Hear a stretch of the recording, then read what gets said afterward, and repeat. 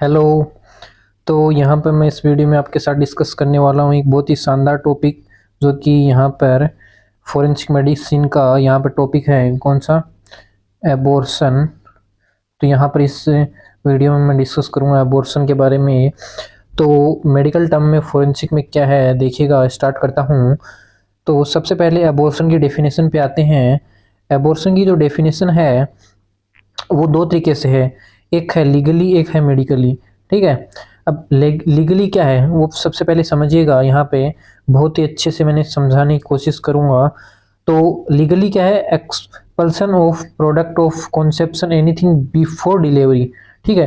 अब डिलीवरी होती है यहाँ से लेके यहाँ तक, जब बच्चा फाइनली डिलीवर नहीं हो जाता। Expulsion of product of conception any time before delivery. ठीक है। उसके बाद आता है मेडिकली। मेडिकली किसको बोलेंगे? डिलीवरी, सॉरी, यहाँ पर अबॉर्शन।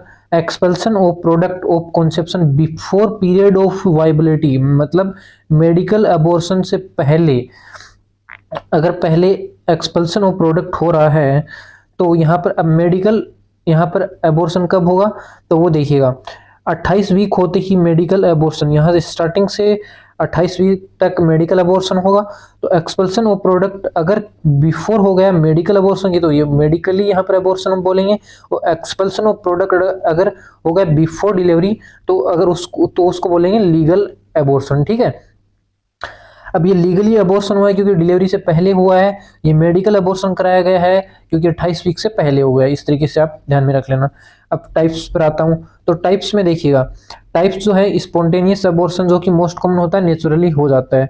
उसके बाद एक होता है इंड्यूस अबॉर्शन। ये दो टाइप का होता है। अब इंड्यूस भी आप एक तो लीगली करा रहे हो, एक इलीगली करा रहे हो। ठीक है। अब लीगल अबॉर्शन जो होता है वो एज पर एमटीपी एक्ट होता है, जो नीचे आपको समझाने वाला हूँ। एमटीपी एक्ट क्या होता है? एक होता है इलीगल या क्रिमिनल अबॉर्शन भी उसको बोलते हैं। ये होता है अगेंस्ट, एमटीपी एक्ट के अगेंस्ट जाकर होता है। तो यहाँ पे ये ध्यान में रख लेना, ये criminal abortion as per MTP act की नहीं होगा। ठीक है। अगर एमटीपी एक्ट के अनुसार हो रहा है तो लीगल अबॉर्शन, इसके अपोजिट जाकर हो रहा है तो क्रिमिनल अबॉर्शन इसको बोलेंगे। अब देखिएगा एमटीपी एक्ट है क्या चीज। एमटीपी एक्ट जो है इसकी फुल फॉर्म होती है मेडिकल टर्मिनेशन ऑफ प्रेगनेंसी। ठीक है। Medical termination of pregnancy. अब ये दिया कब गया था? ये दिया गया था 1971 में। अब इस एक्ट का अमेंडमेंट जो है वो 2021 में हुआ। ठीक है। उसके बाद इसके मेन इंपॉर्टेंट चीज आती है इंडिकेशन ऑफ एमटीपी। ये बहुत इंपॉर्टेंट चीज है जो कि आप ध्यान में रखने वाले हो। तो सबसे इंपॉर्टेंट चीज यही है इसमें। तो एमटीपी एक्ट की इंडिकेशन को आप ध्यान में रख लेना, ये बहुत इंपॉर्टेंट चीज है। तो देखते हैं, स्टार्ट करते हैं। अब देखिएगा एक तो मेडिकल टर्मिनेशन ऑफ प्रेगनेंसी हो रही है कि कोई भी मदर है उसकी लाइफ को बचाने के लिए ग्रेव रिस्क है। तो यहाँ पर हम किसी भी मदर की लाइफ को बचाने के लिए, अगर बहुत ज़्यादा रिस्क है तो हम बचाने के लिए, मदर की लाइफ बचाने के लिए अगर एमटीपी कर रहे हैं उसको थेरेपेटिक में आएगी। अब कोई भी रिस्क है, सीवियर फिजिकल मेंटल डिफॉर्मिटी है फीटस में तो उसको बोलेंगे यूजेनिक। अब अगर फेलियर हो गया कॉन्ट्रासेप्टिव, कोई भी मेथड यूज किया था उसका कॉन्ट्रासेप्शन का फेलियर हो गया तो वो सोशल में आ जाएगा। अब देखिएगा अगर रेप हो गया, उस तो प्रेग्नेंट हो गई, अगर मान लो रेप हो गया, वो लेडी जो भी है या कोई भी लड़की है वो प्रेग्नेंट हो गई तो उसको एमटीपी आएगा, वो एमटीपी आएगा ह्यूमैनिटेरियन में आ जाएगा वो एमटीपी। अब ये मेन 4 इंपॉर्टेंट चीज हैं जिसको आप ध्यान में रख लेना।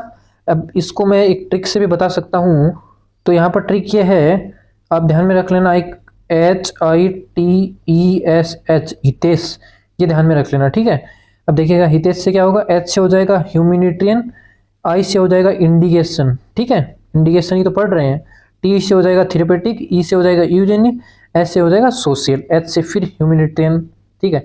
तो ये आपके लिए बहुत ही अच्छी ट्रिक है। अब अगले पॉइंट पे आता हूं मैं। अब देखिएगा MTP act with respect to duration of pregnancy, कि एमटीपी एक्ट अगर कोई भी प्रेगनेंसी है उसके ड्यूरेशन के हिसाब से देखी जाए तो देखिएगा किस प्रकार से 3 पार्ट में बांटा है, 20 वीक, 24 वीक और टर्म तक। ठीक है। अब देखिएगा अगर एमटीपी हो रहा है 20 वीक से पहले तो एक डॉक्टर एनएफ है उसका ओपिनियन। ठीक है। अगर 20 से 24 के बीच हो रहा है तो 2 डॉक्टर का ओपिनियन लेना जरूरी है। अब अगर 24 वीक के बाद हो रहा है तो approval from medical board is needed, मतलब मेडिकल बोर्ड से परमिशन लेनी ही पड़ेगी आपको अगर एमटीपी कराना है।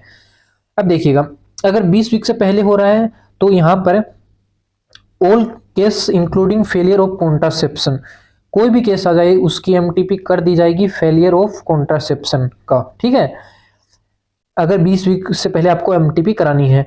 अगर 20 वीक के बाद अगर आपको एमटीपी करानी है तो यहाँ पर फेलियर ऑफ कॉन्ट्रासेप्शन अगर हो गया, कोई भी कॉन्ट्रासेप्टिव मेथड फेल हो गया तो उसकी एमटीपी नहीं होने वाली। अगर pregnancy is due to social issue में फेलियर ऑफ कॉन्ट्रासेप्शन ही तो आता है, अभी तो बताया था आपको, तो उसकी एमटीपी नहीं होगी 20 वीक के बाद।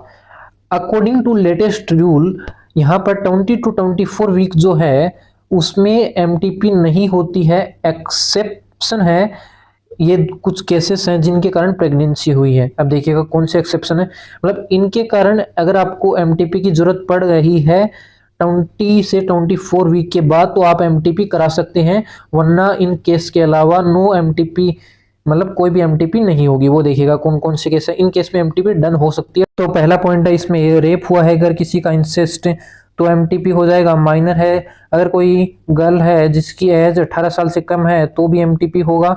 मेंटली इल है, मास डिजास्टर टाइम, मतलब किसी का डिवोर्स हुआ है तो भी उसका एमटीपी डन हो जाएगा। मैरिटल स्टेटस चेंज हुआ है, कोई विधवा है या डिवोर्स हुआ है, फिटल एनोमलीज है, तो इन सब कंडीशन में 20 to 24 वीक में एमटीपी हो जाएगा, वरना एमटीपी नहीं होगा अदर किसी केस में। उसके बाद 24 वीक के बाद अगर एमटीपी हो रहा है तो with the approval from medical board का अप्रूवल होना जरूरी है। मेडिकल बोर्ड के अप्रूवल के बिना एमटीपी नहीं हो सकता। MTP can be done in substantial fetal anomalies, अगर फीटल एनोमलीज है तो ही 24 वीक के बाद होगा, अदरवाइज नहीं होगा। और यहाँ पर भी अप्रूवल लेना जरूरी है मेडिकल बोर्ड से। MTP B done in respective of the duration in case of emergency situation. अब एमटीपी जो है वो डन हो सकता है इन रिस्पेक्टिव ऑफ ड्यूरेशन, कोई भी इमरजेंसी सिचुएशन आ गई उसमें मदर की लाइफ बचानी है तो वहां पर भी एमटीपी किया जा सकता है। तो इस तरीके से यहाँ पर एमटीपी के ये पॉइंट हुए। अब आगे देखिएगा, अब निमोनिक पे आते हैं कि किन कंडीशन में एमटीपी डन हो सकता है। तो इसका निमोनिक है मिडवाइफ, याद रख लेना पहले, मिड वाइफ, ठीक है। अब वाइफ से ई से आर बना देना, मिड वाइफर, ठीक है। एम से हो जाएगा माइनर है, किसी की साल 18 से कम है एज, ठीक है।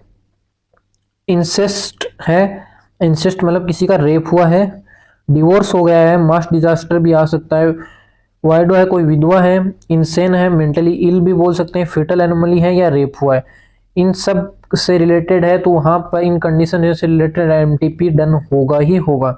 तो ये हो गया एमटीपी के निमोनिक का पॉइंट। उसके बाद मैं आता हूं यहाँ पे कि एमटीपी कब होगा और किसके द्वारा होगा, उन सब में देखिएगा क्या ये सिनेरियो है।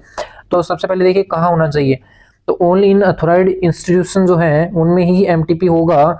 अब किसके द्वारा होगा, तो देखिएगा आरएमपी जो होते हैं रजिस्टर्ड मेडिकल प्रैक्टिशनर। अब वो क्या होता है देखिएगा, उस क्या होता है, विथ डिप्लोमा या degree in ओबीजी, with 6 month internship in ओबीजी, with 1 year experience in ओबीजी, या ठीक है इन सब में ये सब होना चाहिए, या 25 केस एमटीपी के होने चाहिए और 5 केस इंडिपेंडेंटली उसके द्वारा किए जाने चाहिए। और एमटीपी वो सिर्फ 12 वीक से कम प्रेग्नेंट कोई लेडी है उसी का ही कर सकता है। सिर्फ 12 वीक जो है उससे कम की अगर प्रेग्नेंट अगर लेडी है उसका ही एमटीपी होगा, और उसके द्वारा एटलीस्ट 25 केस तो एमटीपी डन होने चाहिए आंखों के सामने, और 5 खुद इंडिपेंडेंट होके कि अकेले में उसने एमटीपी के किए हैं केस, ठीक है। तो इन सब में यहाँ पर ये सब कर सकते हैं एमटीपी डन। उसके बाद देखिएगा note, as per latest amendment act violation of confidentiality is punishable.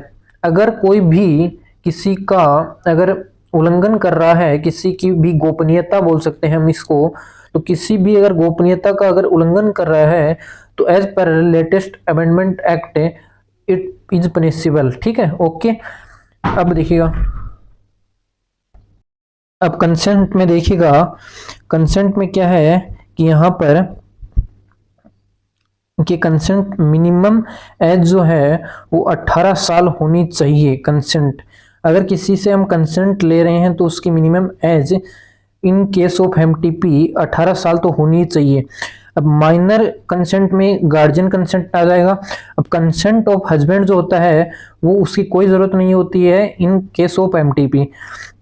अब मेंटेनेंस ऑफ रिकॉर्ड जो होता है, पिछले 5 साल के कोई भी अथॉराइज्ड इंस्टीट्यूशन अगर एमटीपी कर रहा है तो उसके पास 5 साल के, पिछले 5 साल के एमटीपी के रिकॉर्ड होने चाहिए मेंटेन किए हुए।